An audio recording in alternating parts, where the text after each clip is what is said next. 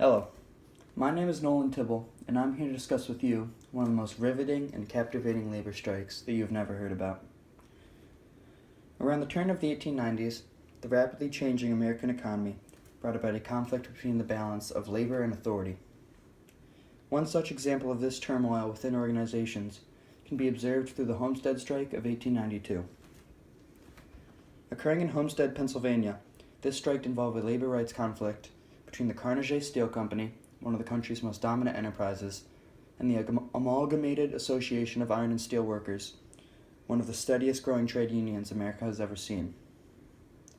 The steelworkers had an advantageous beginning to their union, even winning a 3-year contract in 1889. This contract would give workers the rights such as more flexible working hours, fair wages, and just working conditions. So, 3 years later in 1992, leaders of the company, Henry Frick and Andrew Carnegie, were set to exploit and corrupt the current system in place at the mill and direct the dominance back in their favor.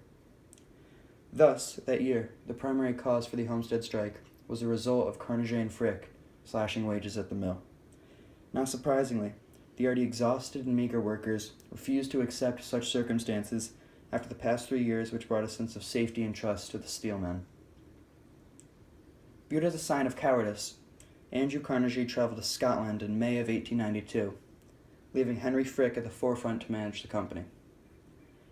As soon as Carnegie was out of the country, Frick moved to cut the wages and instill a new order at the mill. Expectedly, the workers denied to accept such conditions and opted that, in addition to fair wages, the workers should have a say in the industrial order that is steadily spreading up in America. The men who have suffered and put their blood, sweat, and tears into their job felt a sense of betrayal once Frick claimed to slash the wages. Over in Scotland, though Carnegie claimed he wasn't hiding out during the lockout, he still managed to telegram Frick and advise him with how to handle the situation. In one message, Carnegie told Frick, quote, "One thing we are all sure of, no contest will be entered in that will fail. It will be harder this time at Homestead. On the other hand, your reputation will shorten it, so that I really do not believe it will be much of a struggle. We all approve of anything you do, not stopping short of approval of a contest. We are with you to the end." End quote. Carnegie and Frick had dealt with other powerful unions in the past at previous mills, but the two robber barons believed the strength and unity between these workers would provide difficulties.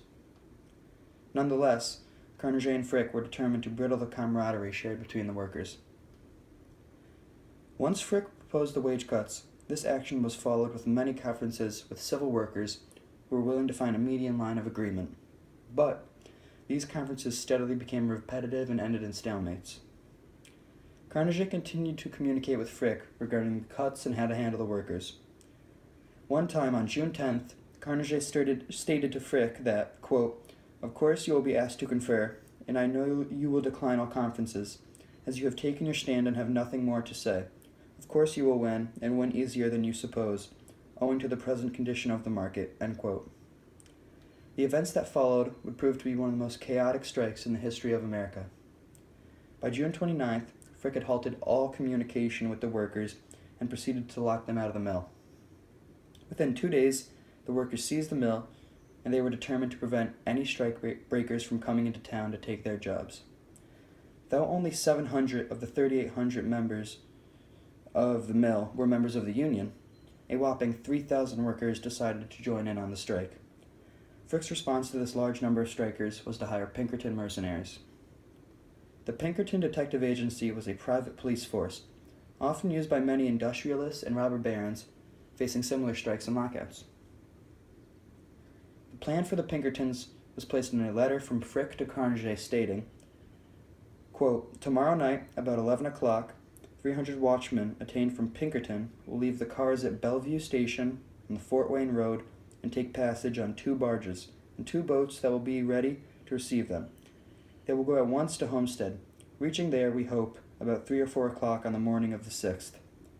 The barges are well fitted up and well provisioned, as are also the boats. The boats contain the uniforms, the arms, the ammunition, etc." End quote. The morning of July 6th, 1892, would proceed with 300 armed Pinkertons with Winchester rifles traveling up the Monongahela River. Unfortunately for the Pinkertons, the strikers were prepared and anticipated the men.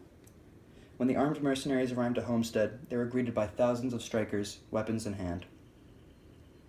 No one can recall who pulled the trigger first, but all at once, Homestead turned into a battleground.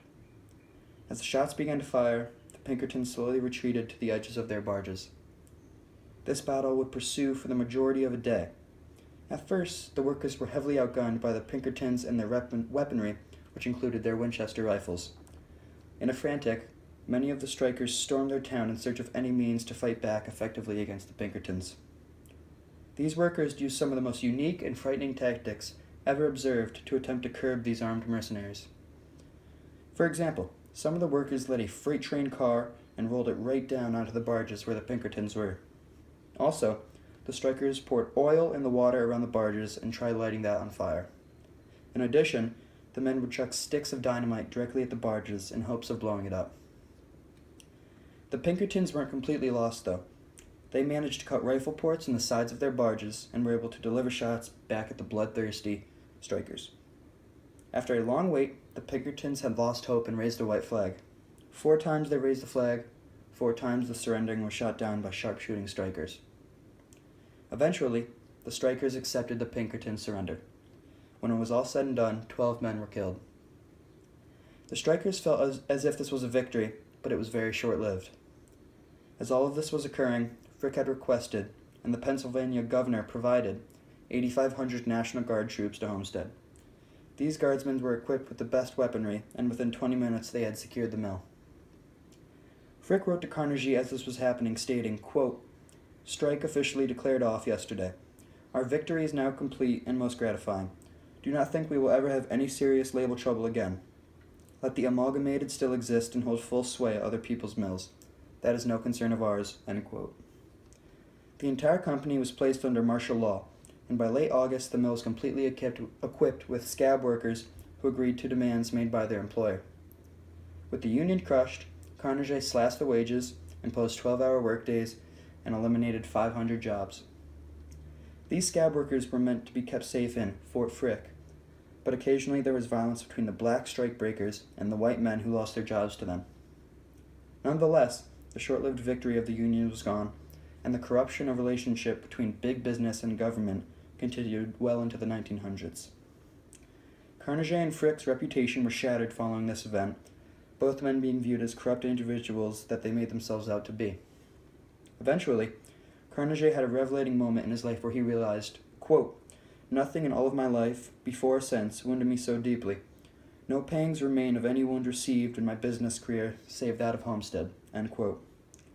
Homestead was one of the most violent, brutal strikes ever to occur in America, and I believe it is in everyone's advantage to know what happened on that cold, damp morning on July 6, 1892 in Homestead, Pennsylvania. Thank you.